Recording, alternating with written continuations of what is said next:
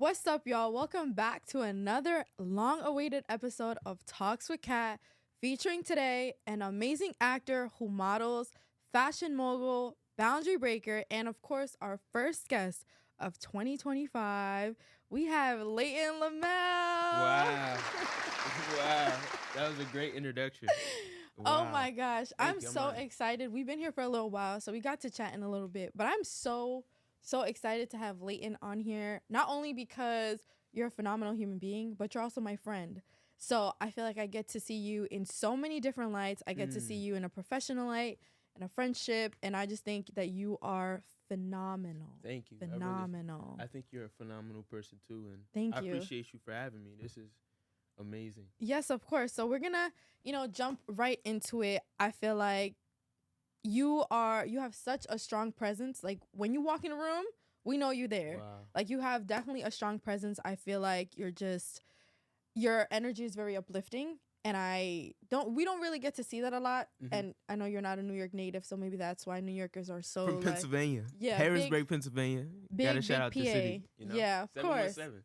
That's the area code? Yeah. Okay. Well, shout out 717. Yeah. I feel like, New Yorkers just sometimes have like a very like mean demeanor, and you just bring such a uplifting energy. So we gotta really embody that. Nah, okay. for real. Thank you. But let's lock in. So of course we know you're an actor, an aspiring actor. Yeah. I want to start off with that because I think that is something that I've never been around. Like I think you're the first person that I've gotten to see in live action who's a friend and who's like an actor for real. So like let's start when you were younger.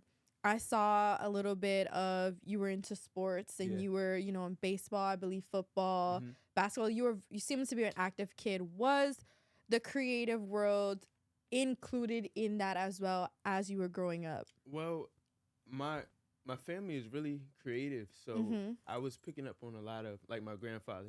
He's a musician, and on my dad's side, we had tap dancers, we had poets, writers, people who can just like rap and sing.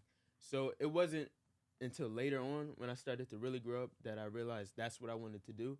And I always like dancing and singing and writing and doing things like that. But for the most part, I grew up playing sports. It was like my dad was like, "Yo, you're playing football." And so I was like, "Yeah, I love football." So I really fell in love with the idea of, being a competitor. Oh, okay. I really did. I loved it. Just outworking people, running, doing whatever I had to do to just like put myself in the best position possible. And really, I was trying to make my dad proud. So that was a part of it. But to answer your question, I didn't really know I wanted to do that until like after high school. Okay. So going back, so in high school, you were like in a performing arts high school? No. No? It was a big public school, like 2,500 people. It was to me it was like High School Musical. Yeah. But like we had drama clubs, we had things like that. But Hold on. I'm sorry. No, you're good. Let's pause.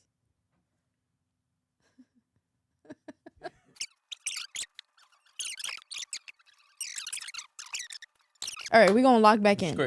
It's great. All right, let's reel it back.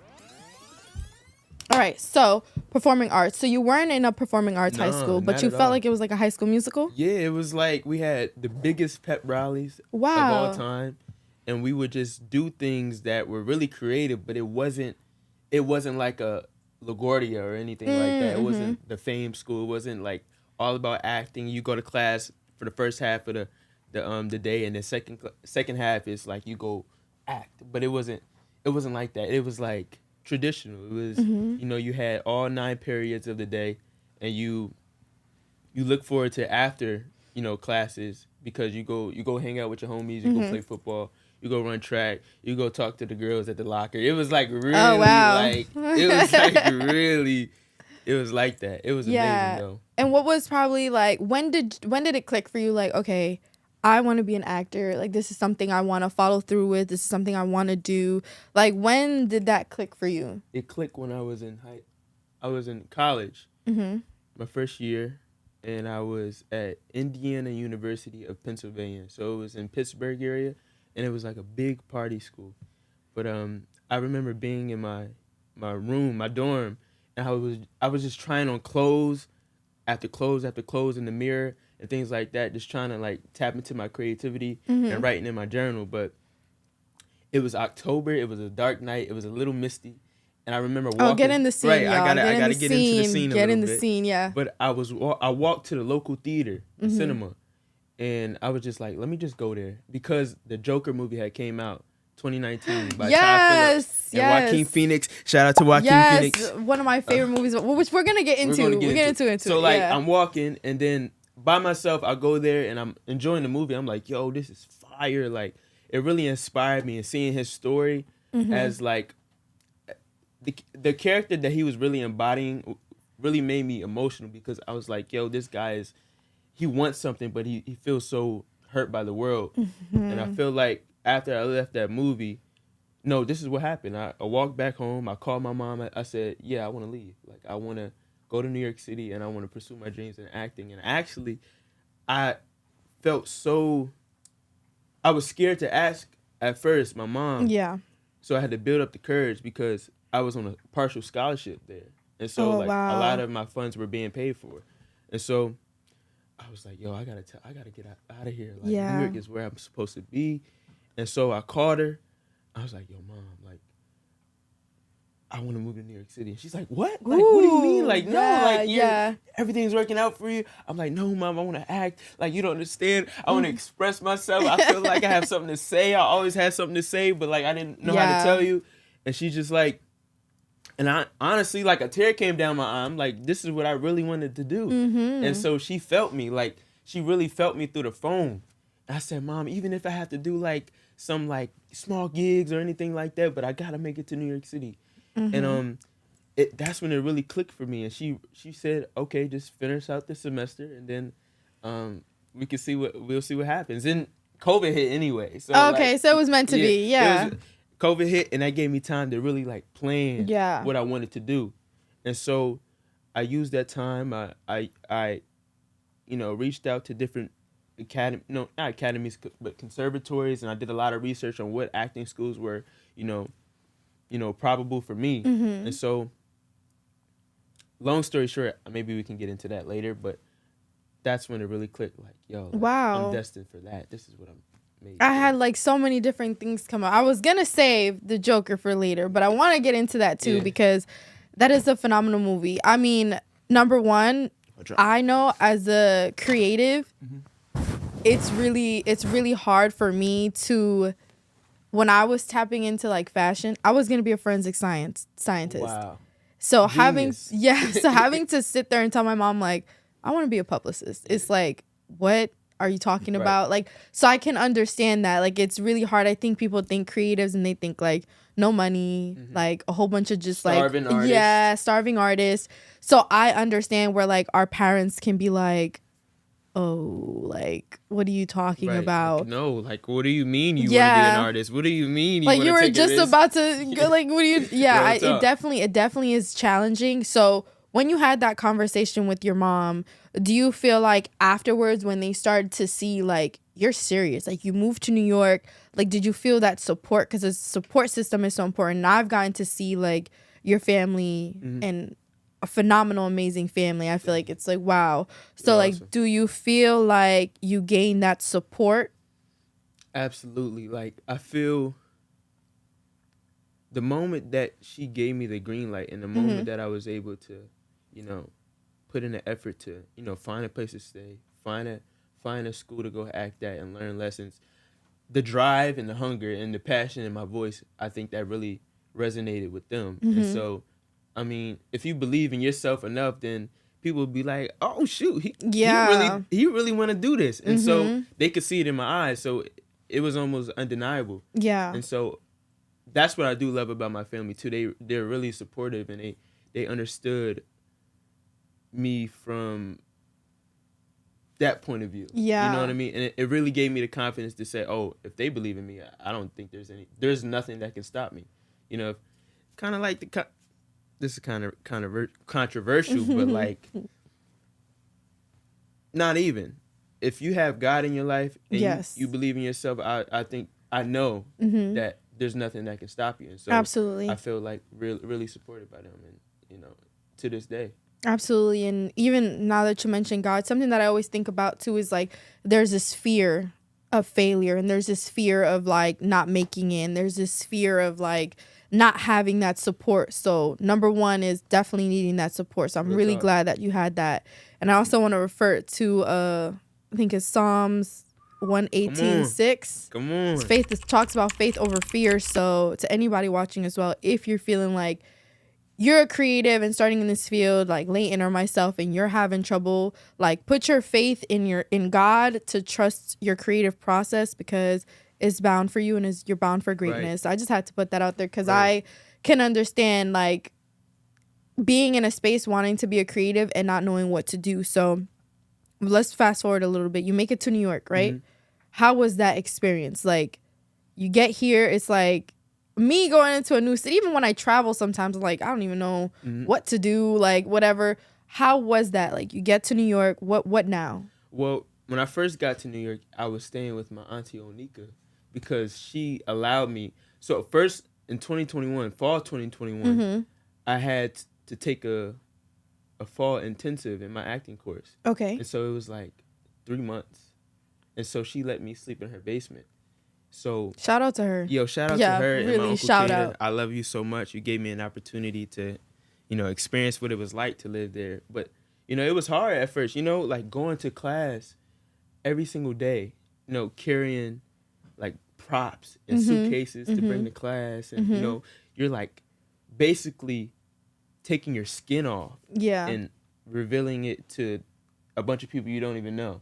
And doing that here in New York City, traveling back to, my aunt's crib late at night because our classes would start at 7 and then end at like 11. So I was getting to the crib late and I felt kind of bad. Like, I understand what you I get that feeling. And so dealing with that experience and also being a creative at that time and trying to figure out where to do valid videos, get ready with and things like that. Yes. So I was literally renting out peer spaces and getting in Amazon. At the time, I was on a campaign with Amazon, and they were sending me like kitchenware. Yeah. And I'm like, where am I going to do some kitchen?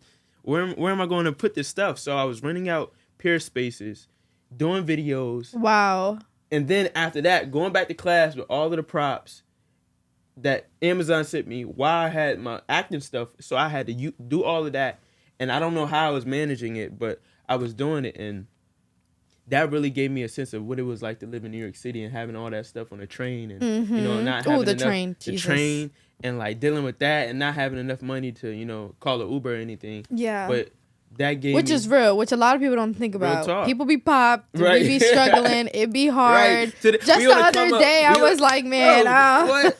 Like even people with the most money be, quote unquote pop, but like it's like you just got to figure it out here. And so it was that, and then I had to move back home after that fall intensive, and I had to built up my social media following. Yes. I remember I met with an agent at a social media agency and modeling agency, and they were like, I remember I had 6,395 followers. 395? Yeah, I remember. She said I went to the agency, I did my headshots and things like that. And shout out to my friend Mikaela who put me on. But I remember the agent said, you have to look, but I don't know if you have it yet. And so I'm like, did she know. I told you I'm a competitor. So the moment somebody tells me I can't do something, I'm like, all right, like, thank you. I'm gonna just write it down. I'm gonna keep a note. I'm gonna just keep all the receipts. And so in those 8 months, every single day, at 6 o'clock in the morning, I woke up and made 3 videos a day. Wow. For like 6 to 7 months straight. Because she said that, and one, because I really wanted to make it back to New York City. Like, I really wanted to. Yeah. And so, like, posting those every single day, or not even every single day, I would spread them out throughout the week. So, like, 2 reels, 2 photos, fit pics. And so I had it, like, locked down. And I had, for the people who, like, really been following me, they know I had this, like, whiteboard, and I had this, like, room where I had all my shoes set up. So it was, like, aesthetically pleasing. And shout out to my stepfather who had his homies build this setup for me because I had a vision. Yeah. And so, like, I remember doing that all the time, and my social media following was, blowing growing. up. Yeah, like I'm talking about millions of people. I'm like, yo, what you could do this? Yeah. And so at that time, like, it kept moving and moving and moving, and so eventually I hit like 80K, and I got and I passed 80K, and I remember getting a phone call, not even an email from the agency, like, oh, Layton, we see what you're doing. Oh, hi, welcome back. Like, you have returned. Like, And so I remember being in a meeting with like 10 different agents, and I felt like, yo, like, that yo was me, you know what I mean? Like, I remember that day, and so I signed with them because it was an opportunity for me to get out, and I told my mom, like, we out of here, baby, we out of here. And so I signed with them, and it gave me an opportunity to go back to New York City. Then the hardest part was trying to find an apartment. Mm-hmm.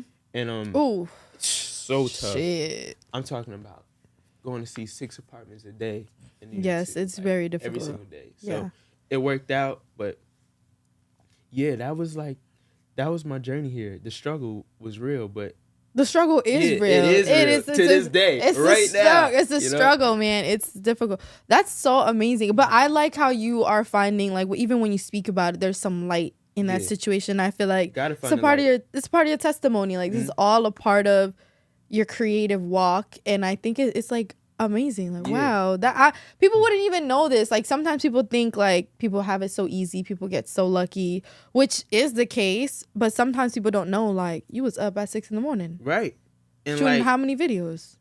3 a day. Like, 3. They wouldn't know this. No.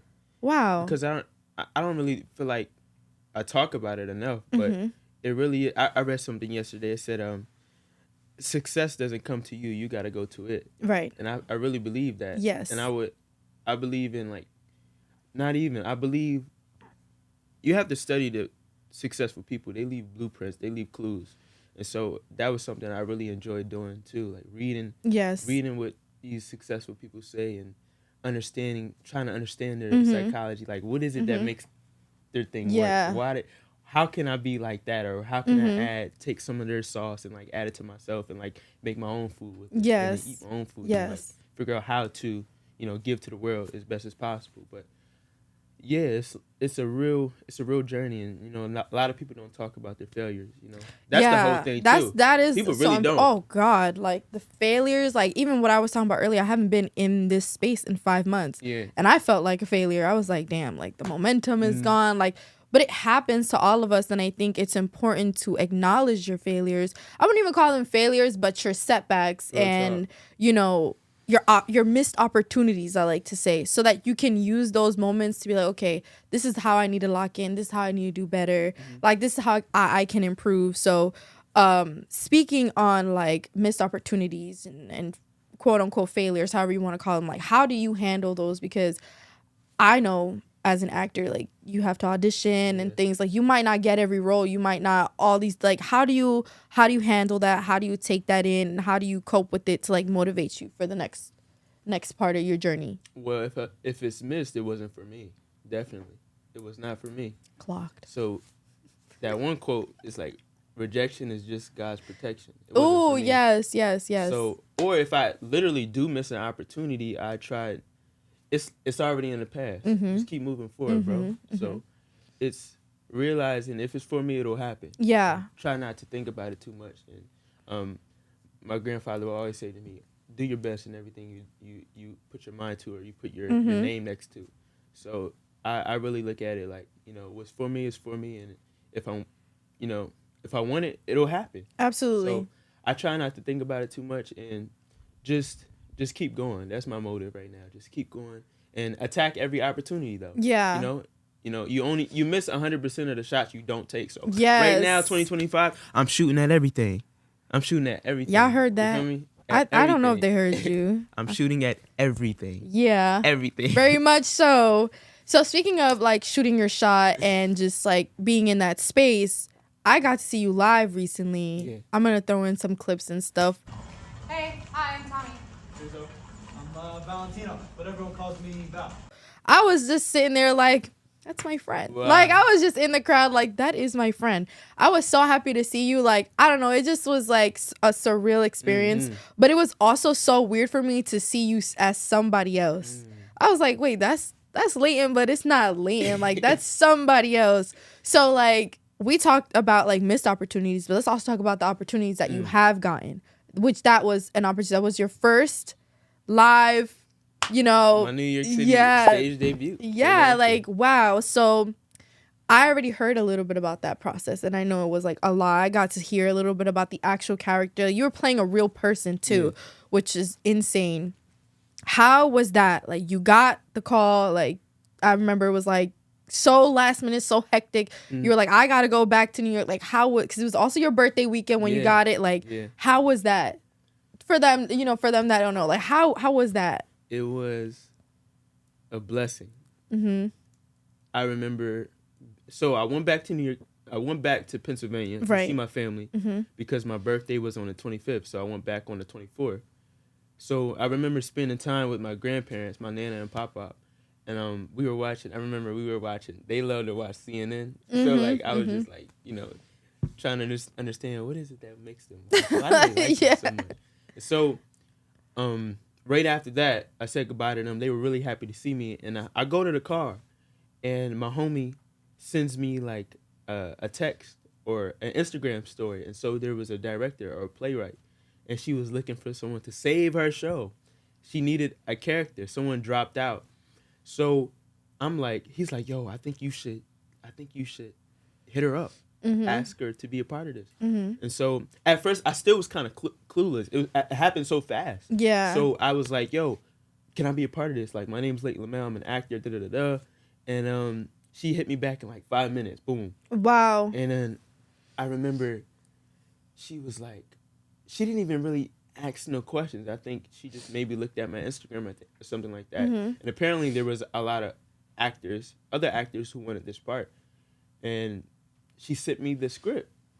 She was like, learn this now. I was like, oh, she sent me the script. They don't send you the script if you don't get the part. Kind of guy. Yeah. So I'm like, all right, don't get your hopes up, bro. Just, like, stay locked in. And I remember being on a driving on the highway, like, yo, like, I think I got it. And so she was just asking me about myself a little bit. And then I pulled over. Like, went into I literally, like, whoa. That Joe's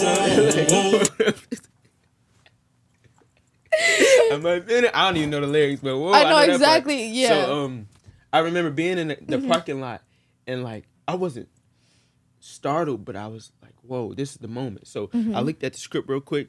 And then I texted my friend back. I was like, yo, I think I got it. And she was like, she asked me, and it was Friday. She asked me, can you be at rehearsal tomorrow? Oh, shoot. Like, tomorrow's my birthday. Like, I'm already here. I committed to having a celebration with my family. And I said, well, to be quite honest with you, I can't be there tomorrow physically, but I'll Zoom in. And she said, well, we have our last rehearsal on Sunday. Can you make it for that? I was like, definitely. I'm there, I'll be there. And so I remember, like, yo, I got the part, and I was screaming. I'm like, let's go. And I was listening to that J. Cole song. It was Black Man in Hollywood, and he was talking about, yo, I'm running late for an audition, But I felt like, yo, my dreams are really coming true. This is an opportunity. This is, you know, a stage play. And so I was driving back home, and I didn't tell anyone. I didn't tell my mom because I already told my mom that she was gonna be there. There for 4 days. I was gonna give her 4 days because I don't get to see them that much. So I'm like, all right, like, this is what comes with being a creative, by the way. You know, like, I can't tell her. So I woke up the next morning, and I told my cousin Chris, and we were going to see a movie called Brave the Dark that my homie Brandon Miles was in. If I got that wrong, I'm sorry, Brandon. Maybe I got the title wrong, but I remember telling him, and he was so excited. He loves acting too, and the whole celebration starts to come that evening, and we're all celebrating, cutting the cake, eating food, great food. Shout out to Nana. You know, she be really. I'm telling you, she be out here. She be really whipping it up. And I was like, so guys, I got some news. And my grandfather, he's looking at me. I'm like, Papa, I just booked my first role in a production of a play. And he was like, what? That's how you do it, son. That's how you do it. That's how you do it, son. Yeah, son, you gotta go. You gotta go. You gotta go. And I was like so happy. I'm like, this is Pop. I admire him so much. Yeah. He's a musician. He knows what it's like. Yes, you know, to be on the road and things like that. And I'm telling my Nana is there, and my other Nana, my father's mom was there, and she was so happy. Like, you know, she always says, you know, Denzel got to get to the back of the bus. Yeah, the back of the bus. He got to get to the back of the bus because you my favorite actor now. Yeah, I got me a Layton Lamel. You know, you got me a Layton Lamel. So I got to put Denzel Washington on the back of the bus. Because let me tell you something. That's my favorite actor. But now, I'm going to get me an actor. I'm going to get me an actor. Layton Lamel. You know it. Layton Lamel. She got an opportunity to see me physically say that, and so she's like, "Well, can I go watch it?" I said, "Nana, honestly, I'm still learning about it. I don't even know where it's at, you know." And so my mom hits the corner, boom. I'm like, "Oh shoot, I gotta tell her," you know. Yeah. I'm like, "Mom," and my stepfather's right there too. I'm like, "Mom, I just booked my first role in a production of a play," and she's like, "That's amazing, son." I'm like, "Oh, what? Like, when? Like, tell me more." I said, "Mom, I gotta leave tomorrow." like, her whole face changed. She's like, "What do you mean?" I'm like, "Mom, like, they want me to be at rehearsal tomorrow." And she's like, "Okay, how you gonna get there?" I'm like, "You know, I was just checking the train, and all the trains is gone." And she was like, "Well, did you check the bus, the Greyhound?" I was like, "I ain't checked the Greyhound. I ain't never been on the Greyhound before." And so they only had one ticket or one spot left, and it was for 1:30 at night, and it was already 11:30. So wow. Yeah, so I had booked a 1:30 a.m. bus ticket back to New York City, and I would arrive at 5:30, and rehearsal was at 10 a.m. So I had no other option. So I had to, you know, my whole family rallied around talking about support and how people say it takes a village. Yeah, it does. I'm telling you, like, every single person in my family was like, "Yo, you gotta go. Like, this is how you make your dreams come true." Absolutely. And I remember my sister, we didn't have a printer, and the printer wasn't working. We had one, but it wasn't working. And so my sister hit her fiance up and was like, "Layton, he needs to be in New York City. Can you go home and print him out the whole script?" And so shout out to Jared. He printed out like half of the script for me. And my sister put it in an envelope, and she had it ready for me. We got my book bag together, and I felt like I didn't feel pressure, but I felt like, yo, this is moving kind of fast. Yeah. And so I'm on a Greyhound, and then on the whole time, I'm just, you know, looking at the script. And then there's like these crazy people just looking at me like, you know, like, what is he doing, you know? And so it was just a really quick process. I got to rehearsal and jumped in with the cast, and it was a little rocky at first. I'm like, you know, trying to like, you know, understand what's going on in the play because I read it, but it's different from in action, you know. And so some of them are feeding me lines, and I'm like coming back with so many different ideas. Well, let me try it this way. Let me try it this way. And it didn't really feel like I was finding my footing. And then, mind you, this was on a Sunday, and opening day was on Wednesday, and the whole cast had been together since July. Like, they already knew each other. They had that chemistry. Yeah. But I was like, well, this is what I made. This is what I trained for. Yes. Like, to just jump in. Yes. I remember my acting teacher, he said, you have to be director proof, and you have to be able to jump in any acting situation, rain, sleet, or snow. You have to be able to be ready and do it, even if you got 5 minutes to learn the lines. And so I thought about that, and I was like, well, I'm just going to keep coming back. And so I didn't really have the lines memorized, but I told the director, I said, I will be ready by Wednesday. And then I left. Wow. And you damn were. Okay. Well, and you were. Right. You couldn't even tell. When I got to see it, and I didn't know this until after we got to talking. I had no idea. You would not be able to have like known that you just hopped on same week. Like, you had no idea. Like, it was just effortless. It just was such a fun play. And I think that's what probably made it easy. It was so fun. There was a lot of like comical. It was comical attributes. Right. Like, it was interesting. And then just seeing your character with like the trumpet, I believe, right? And just like these slippers, and it just seemed like it just fit well and meshed well. It didn't seem forced. It didn't seem like, oh, I don't know what's going on. Like it looked like you were meant to be there. Basically, it looked like you fit in. It looked like you were meant to be there. I appreciate that. And it all like went so well, well. And I'm glad that I got to see that. I'm glad you were there. Yeah, I was literally, I had probably the best seat, right? I feel like we had a really good seat because I was right there and I saw you and I pulled out my phone and I'm like, oh shit, I don't want to throw him off. Nah. You know, I was like, I don't want to see him to see me and like him be like, I couldn't even see really. It was just like the lights. Because it was so dark. Yeah. It was so dark in the audience. Were dark. Yeah. And the lights were there. And really, if you're, as an actor, if you're paying too much attention about who's in the audience, maybe you're not, well, you're literally not locked in with the scene you're part. not, yeah. You're worried about the wrong things. And maybe you're trying to get something out of the audience, and that's the worst thing to do. It is, you know, trying to get an applause out of someone. But not even that. I also got to see you walk in a runway show. Like I said, he's very versatile, so he's not just an actor. That's the big one. Then he got the umbrellas, you know, the little umbrella slots with so many other things. So I got to see you also walk a show. Yeah. I was like a proud mom. I was like, I know Layton Lamel. Like I literally was like, I was so happy to just see that. And then I think one of the producers for the show or something, she was like, she was like, I just seen Layton Lamel and he has an amazing walk. Can I take a picture of you? I was like, you sure can. Wow. Yeah, probably didn't tell you that. But yeah, she had like. That's new news. Yeah, she had like took a video and I was like, yo, this is like, it was great to see you like walk. But you were so like locked in. And I saw that same type of like look in you when you were acting as well. Like you just be so locked in, which is like props to you because that's hard. Because I can't walk down a runway and see my friend and not be like do a little, you know, a little something. Like if I see my friends, like, you know, so props to you because that's amazing. How was it even like separating from the acting and like stepping, because this is your second show, but this is your first big runway show. How was it stepping into that? Like transitioning from like, okay, acting is off. I mean, it's kind of like acting in a way. I don't know. I really don't know. But how was it stepping into that? Onto the runway. Yeah. It was like breathing. Okay. It felt. It's too easy. Really. It's too easy for him.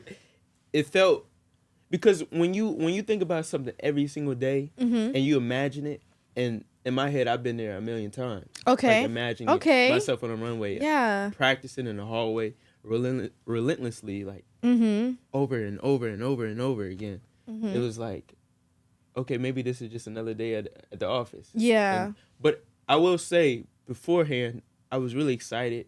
I got to meet all of these different models from different backgrounds. Yes. And we got an opportunity to already practice on the runway. So I already felt like warmed up a bit. Okay. But I just was so excited. Like when you love something enough, it doesn't really feel like it's hard to do. Yeah. And I just, there was a small moment where I felt a little bit nervous, like right before, but as soon as I got on the runway and all of the people were there, I felt like, oh, this is like flying. And I love being around people. I be so nervous. Like, I be so shy. So yeah. I love people though. I love the energy around people. I love the feeling that I get. Like, these people are here to see us almost perform and walk. And so I like use that as an opportunity to build myself up and use it as confidence. Same thing with being on a stage, acting, or you know, around. It's like a switch. Yeah. People say you don't have a switch, but I feel like you in a way do. You can have a switch. You know? It's like you get into like a mode. You know, like Michael Jordan, give him the ball, he's gonna. Yeah.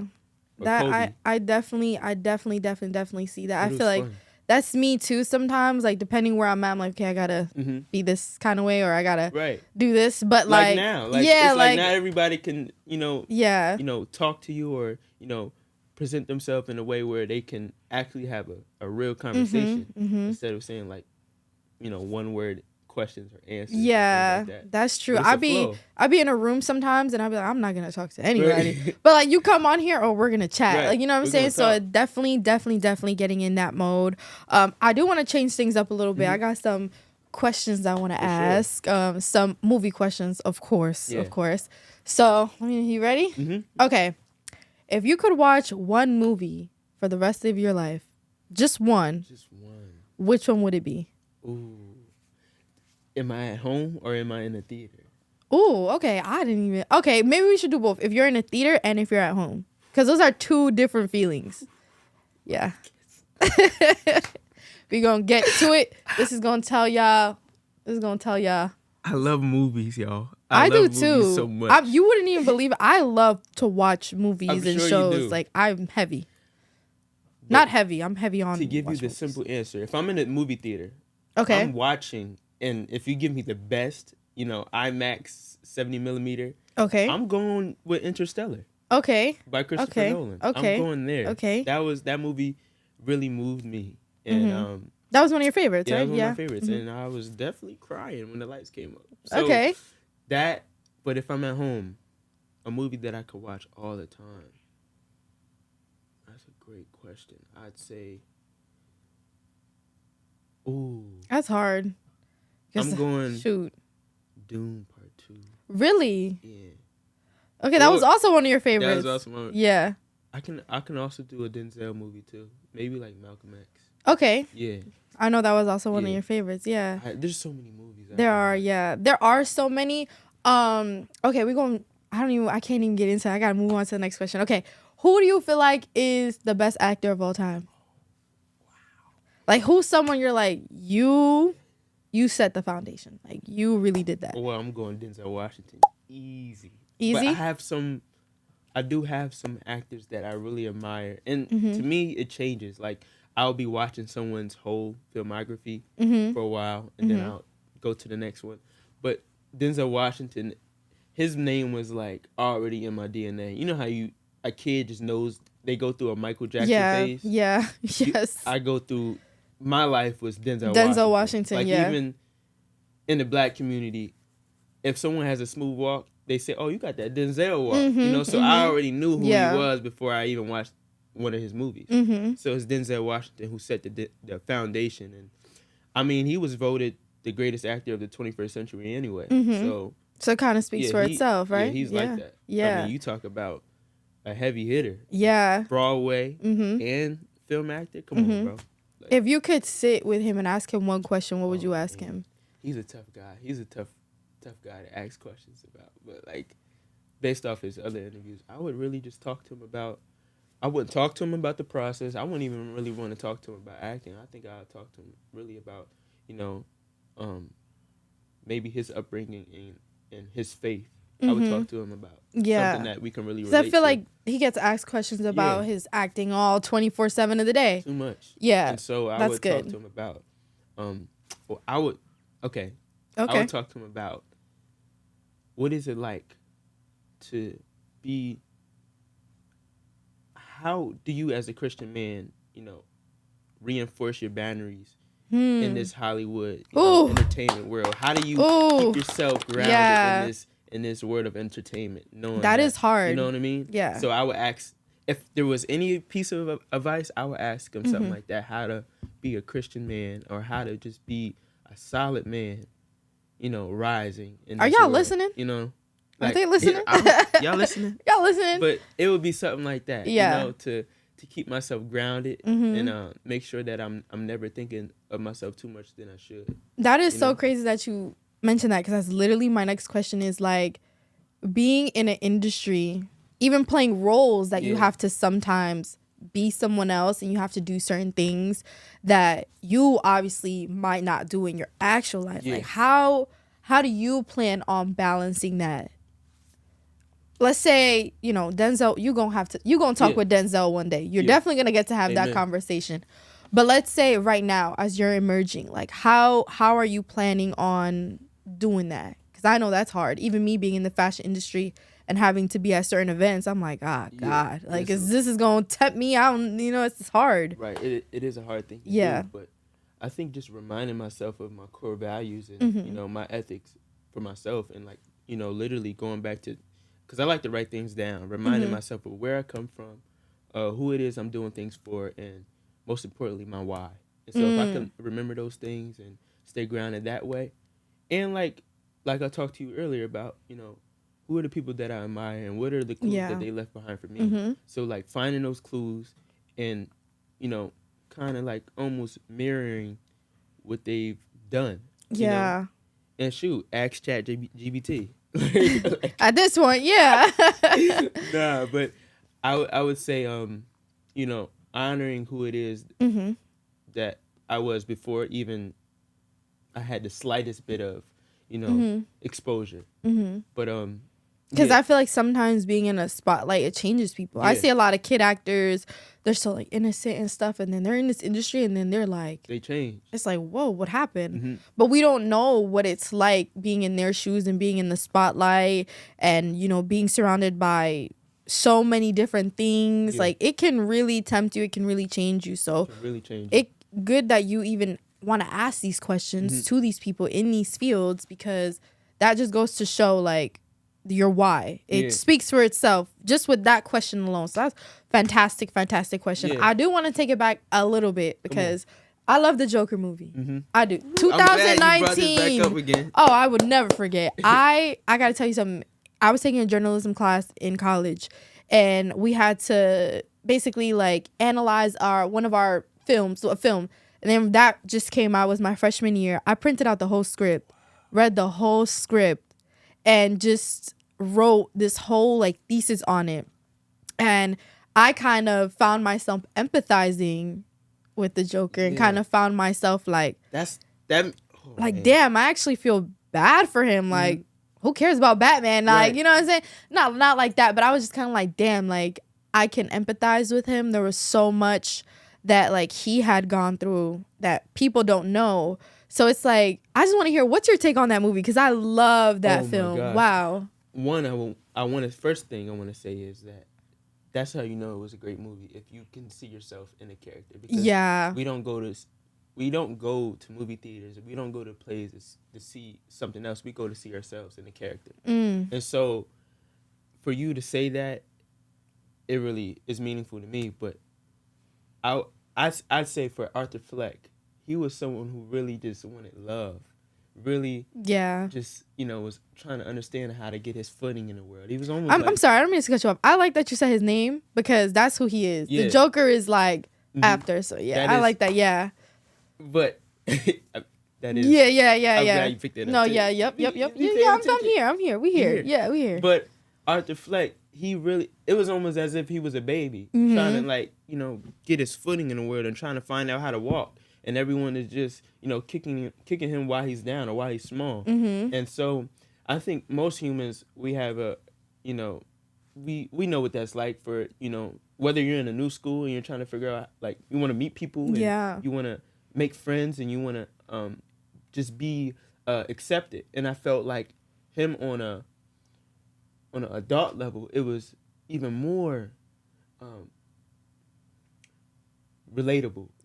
And it felt like, I'm like, yo, like, he just wants love. And eventually if you push somebody to the brink, they'll do some heinous things because you don't understand what he was going through 3 hours ago. You don't understand that you didn't see where he was just trying to like be a clown and he had a gun and it dropped or which wasn't even like really intentional. It's crazy. Like you don't know what it's like to have. Maybe you don't know what it's like to have a mother who has dementia and you're trying to take care of her. Tied you to a radiator, stuff like that. And you don't know who your father is. And you're working a job that is like not healthy. And everyone's calling you a schmuck or something like that.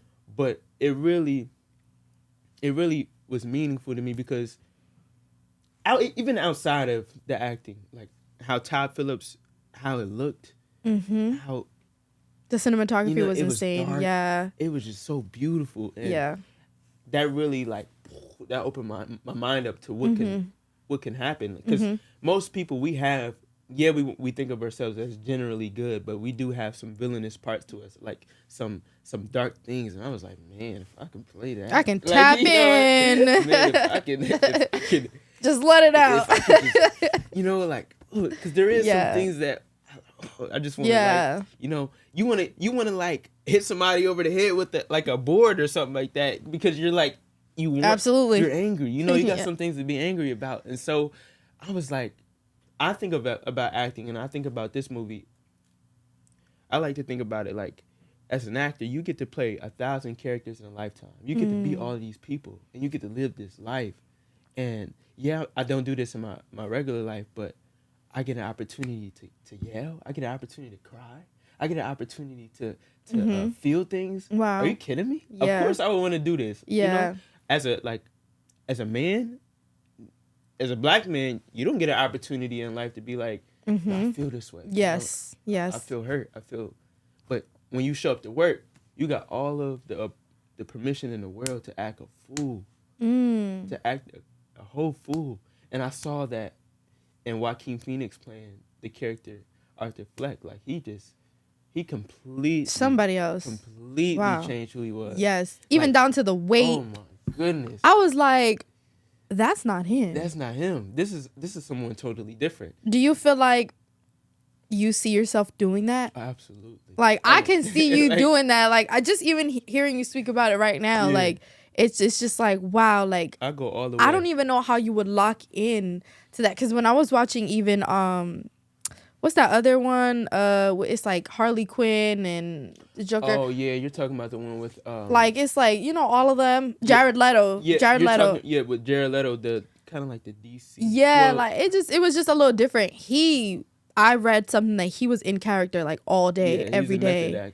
Yeah, and I was like, how the hell? Yeah, that's fun. Like, he's like, I love to do that. Like, I can't, I don't know how you would do that. Like, that is... Honestly, I can't speak for it because I've never, gotten the opportunity to do that. But I do find it interesting. Yeah. But I also know that is some people can look at it as like really extreme, like, bro, like, like, lock it up, bro. You're going home. You don't have to act like that towards your wife. But like, if you feel that's what you need to lock there, in, yeah, that's your technique. It's like having a toolkit, and this is what you do to build this character. Okay, you need to be like this, like 24 hours out of the day. Sometimes it's necessary. Yeah, it's necessary. I love that. I like that though. But even like just that film, the Joker film is phenomenal. I loved it. I felt like I found a little pieces of myself in the character, like that frustration, like nobody being able to understand you. He kind of fantasized a romantic love story in his head. Like, there were so many things that were like relatable that I was like, oh, like, we saw a picture of who the Joker was for years in the comics, even Batman movies. Like, we saw that, and then to see like his story it's like oh wow. And it makes me feel like we gotta listen to people sometimes, and not to justify anything he did, because he was on some when he went on the Maury show. Yeah, he was doing a lot of Not stuff. The Maury show. What was it called?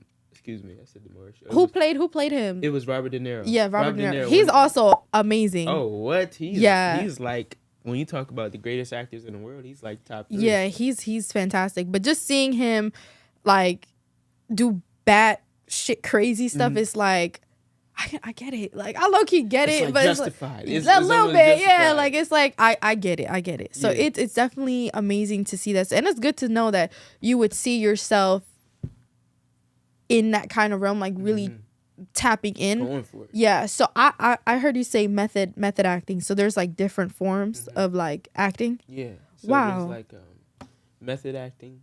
There's Meisner acting is what I train under. You got classical acting like Shakespeare and those type of acters. I feel like I could see you in that too. I don't know if you just be joking, but like you be like that's legit. And there's Strasberg, there's Chekhov, there's so many other forms of acting. I didn't even know this. It stemmed from like Stanislavski. Yeah. Who was kind of the person who, I don't want to say originated technique, but he was like someone who really brought the method to the world, and presented it to people. And you got people like Stella Adler. It's a lot. That is a lot. Wow. But it's really, there's people who are naturally gifted, like Leonardo DiCaprio, who never had to go to school or anything like that, and just really learned on sets and figured out a way to approach the work. I feel like even Denzel Washington, did he say he like doesn't audition? Yeah, he doesn't audition. Now. Yeah, now, like that's. Yeah, I feel like that's gonna be you. We gonna look back at this episode a couple years, and then you're gonna be like, oh, remember when I was like, and it's like now I don't have to audition for nothing. Yeah, this is actually my first podcast ever. Oh, really? So, I appreciate you. Of course, Talks with Kat. Share my story. Yeah, I think this is the most important part of your story, like where you at right now, because this is what you're building your foundation for your success. And I think like if we don't capture it now, then when we gonna capture it, right? You gotta. Speaking of capturing, though, I know you be capturing stuff. BTS behind the scenes. Yeah. There's a lot that people have yet to see, and I know there's like documentaries in the talks. There's like little things happening. So it's like if you want to drop any hints, like when can we maybe see something come now? Listen, when can we? I'm just like very bold and I'm going after it. I feel like I should have like 20 cameras and stuff, but a production team.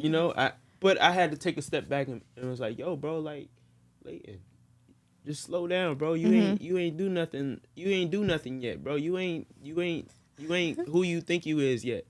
But that was just my confidence. But I'm still working on, just capturing the moments, and a lot of it is just in the canon. But I've got a long way to go. Yeah, and I got a lot to prove to myself and a lot to give to the world as far as like helping people and bringing life to characters. And I really had to just look myself in the mirror. And really, I had a friend who held a mirror up to me. He was like, "Oh, you think you made it, huh?"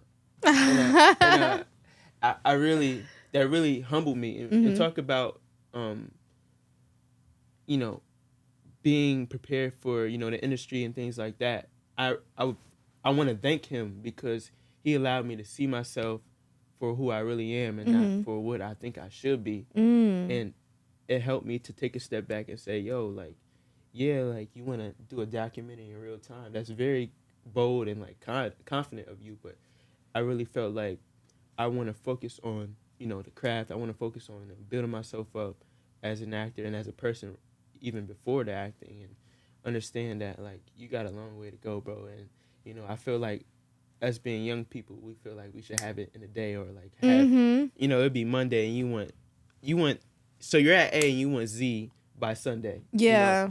So I felt like, all right, just take it slow, and I'll just put out YouTube videos. But the whole documentary thing, we're gonna put that on pause. Maybe like, I just had to let them know that it is in the works. It is in the works. I did start something. He did start something, but this is perfect. Yeah. I feel like we don't, like, everything's so digital now. It's like you're gonna get it on film. Like you're gonna definitely like, record it. So I'm glad to have seen a little bit of it already. And I'm like so excited for like parts of it to come out, but we still can keep in tune watching you socially and like just seeing you in action. I feel like this is even gonna intrigue people more to come see you live, because there will be more shows, there will be more stuff to see you walk, more runway shows, just to see your presence is just like it's just like I don't even know how to put it into words, because it's like I really love to be surrounded by like people who are motivated and who are like not giving up and who have a dream and who are willing to take risks. Like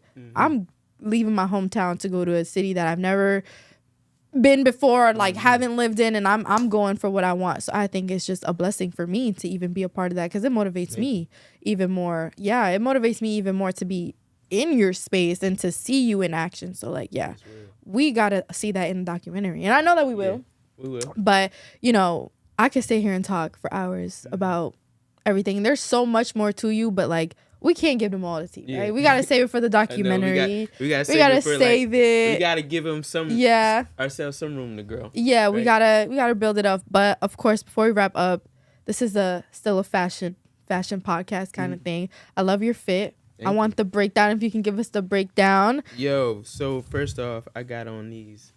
Well, you guys can see these boots. So I got these boots from Japan. So I first saw them. Yeah, it was amazing. First saw them in Ralph Lauren, the Ralph Lauren store. They're in Soho, but I found them in Japan for like $60. He's been to Japan. Crazy, right?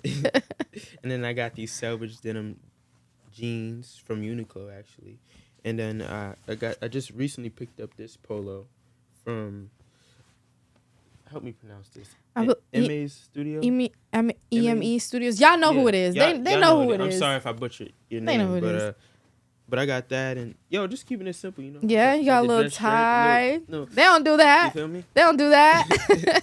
But it's a simple fit. I felt like I wanted to go with some pop of color. That was how. That's how you was feeling. Yeah, this is a fantastic fit. It's not too much, but it's just. I brought the fro out. Yeah, I was gonna say I was gonna wear my curly hair out, but like this rain would have got me good. Yeah, so I was. But I enjoy like wearing nice clothes. They make me feel good. And I think, fashion is, your style is an extension of your personality. Yeah, it is. And speaking of that too, I feel like I said earlier, you're very versatile. Like I've seen you in a couple different fits recently too. We was just talking about it. Like just the other day we did a shoot and like you came very and I was like, okay, this is very clean. I like this. And different. Like now you're a little bit more like streetwear a little bit. Like I love to see that you're versatile in every single space that you're in. You're remarkable. It's nobody like you. Like every single space that you're in, it's like you can adapt. You put your best out. And I feel like that's what makes me feel like. That's what made me feel like, we need to have a talk. Yeah. We need to bring you on here because they got to hear it. They got to see it. That's real. They got to see it. Mm-hmm. Okay. See the vision. Yes. Okay, so where can they find you? Throw all your socials, all your ads out. Like, where can they find you? Where you at? The people can find me at Layton Lamel on IG, at Layton Lamel on TikTok, at Layton Lamel on YouTube. It's very consistent. Layton Lamel. Very consistent. So that's where you can find me. If you're on Threads, at Layton Lamel. If you're on X, at Layton Lamel. So just Layton Lamel. Yeah, it's just double L. First of all, you have the name it fits you. Like it was like you was meant to be a star. You know how people just have those names that it's like Layton Lamel, like that's it. Yeah, that's it. It rings a bell. Nah, I shout out to my mom. Yeah. She thought about it. She knew. Yeah, she just knew like he gonna be a star. So, we gotta give him a star quality name. Feel me? She's real though. Yeah. I appreciate that. It something because the name it goes before you. Yeah. Before people even see you. So yeah, people hear your name too. I feel like right now, like your name can be mentioned and people know who you are, but I can't wait for your name to just be like on screen and people are like, oh yeah, I know Layton, like Layton. You know what I'm saying? Like, you know what I'm talking about? Like that's like a Denzel Washington. Like his granny said, back of the bus. Shout out Nana. Yeah, back of the bus. Get to the back of the bus. And no disrespect to Denzel Washington. No, of course not. We love him. She was just like, sometimes it's time to take the torch, wrap it up. Yeah. we have it right here. You guys heard it here. We heard not too much, but a little bit about Layton's upbringing and everything. It's been an honor to just sit here and talk with you about it. And then we're going, like I said, we're going to look back at this in a couple years and be like, wow, look how far we've come as creatives. Look how far we've come. It's going to age nicely. Yes, this is episode 6 of Talks with Kat, first episode of 2025. So we starting off right. And yeah, y'all, that's a wrap. Yo, thank you. Thank you. Yay.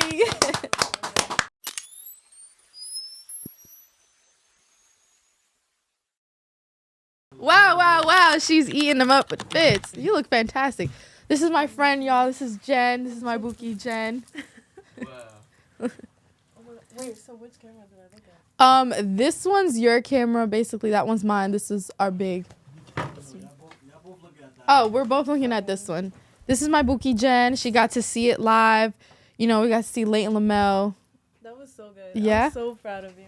Aww. It's funny, like, okay, you don't have to put this in, but like, no, we're gonna put it in. No. Like, I remember Kat, when she first had the idea to come up with the podcast, she was like, you were, like, kind of scared. Like, yeah. And I would tell you, like, no, like, just do it. Like, it's going to be great. And you've been doing so well so far. Like, no, don't make that face. Like, she's been doing so good. And I'm just really proud of you. Like, thank you. Like, every episode just keeps getting better and better. Oh, thank you. This one was great. Like, yeah, shout out Layton. You know how to hold a conversation. Like, wow. Like, I was just smiling there the whole time. Like, oh I kept looking back at y'all because I'm like, let me. No, it was really good. Yeah? I'm so proud of you. Oh, thank you. All right, y'all. That's a wrap. That's a rappity rap. And it's so cute in here.